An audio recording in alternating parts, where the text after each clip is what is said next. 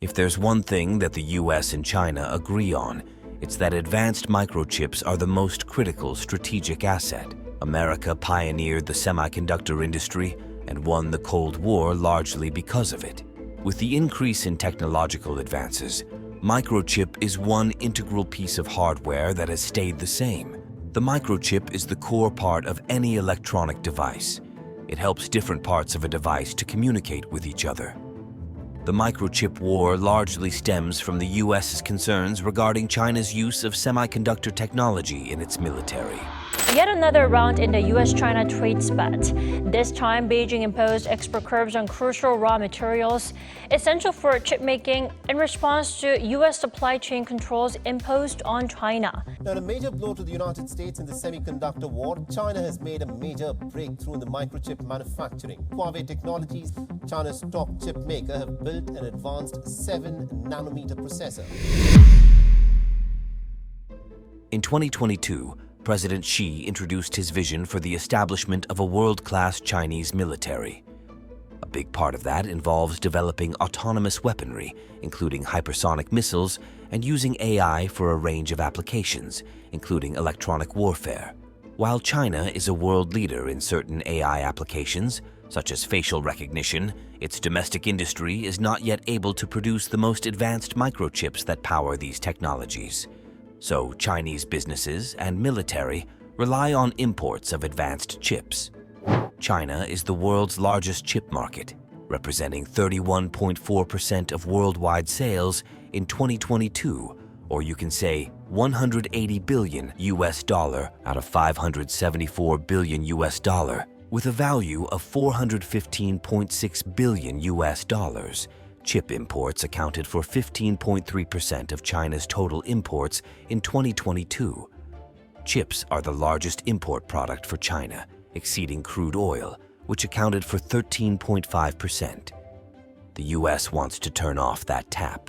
In October 2023, the Biden administration imposed a sweeping set of export controls targeting China's access to US-origin microchips and their related products.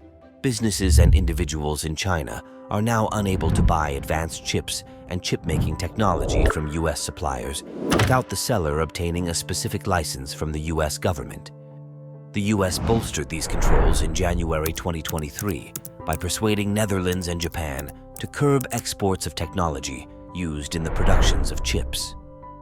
These countries are home to the world's most advanced chip manufacturing technologies, including the Dutch Advanced Semiconductor Materials Lithography, which is the only company that can provide the latest generation of photolithography scanner equipment, which is used to etch minute circuits onto silicon wafers.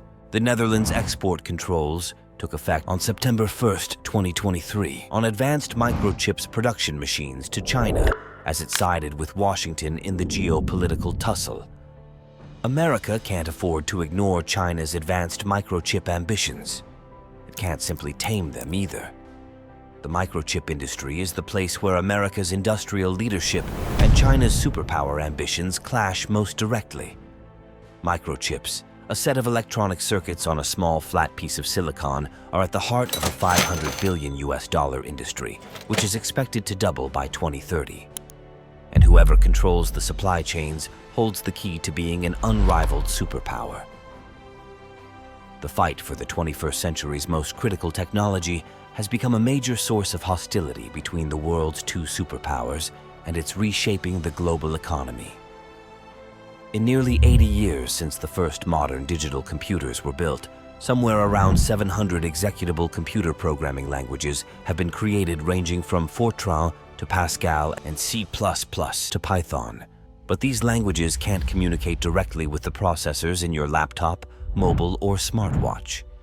Another layer, the computer's instruction set architecture, translates the programming language into instructions that a microchip can understand. Chips were invented in the US, but over time East Asia emerged as a manufacturing hub, largely because of government incentives, including subsidies. This allowed Washington to develop business ties and strategic alliances in the region vulnerable to Russian influence during the Cold War. It's just as useful now, in the face of China's growing influence in the Asia-Pacific. The race is on to make the best and most efficient chips at scale, and the smaller, the better, as these are more powerful. But getting there is not easy even for the top chip makers. In 2022, Samsung became the first company to start mass-producing 3-nanometer chips at scale. Later that year, Taiwan's SemiConductor manufacturing company, the world's biggest chip maker, followed. China has made chip production a national priority. It's nowhere near being a global leader, but has been catching up quickly in the past decade, especially in its chip design capabilities. The dependence on Taiwan and other Asian countries for supply of chips is rattling America. The world's two biggest economies are battling over the microchips that literally power our daily life. They're found in almost everything from computers and mobiles to cars, home appliances, and medical equipment. Chips and chip-making equipment are the backbone of modern digital economies. A multitude of applications like AI and machine learning, Internet of Things, autonomous and electric vehicles, high-performance computing, aerospace, satellite communications, 5G, and smart cities depend on advancements in chip technologies. Chips are also the raw material for nearly every aspect of modern warfighting and battlefield management: radar systems, satellites, GPS receivers, missiles, tanks, and planes. On the microchip, transistors act as miniature electrical switches that can turn a current on or off. The pattern of tiny switches is created on the silicon wafer by adding and removing materials to form a multi-layered latticework of interconnected shapes. Silicon is the material of choice in chip industry. Unlike the metals normally used to conduct electrical currents, silicon is a semiconductor, meaning that its conductive properties can be increased by mixing it with other materials like phosphorus or boron. This makes it possible to turn an electrical current on or off. Silicon is made from sand, and it's the second most abundant element on Earth after oxygen. Silicon wafers are made using a type of sand called silica, which is made of silicon dioxide.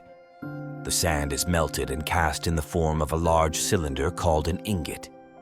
This ingot is then sliced into thin wafers.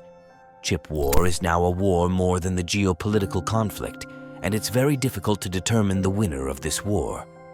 As the US is global hegemon, some countries will make a coalition with the US and its allies.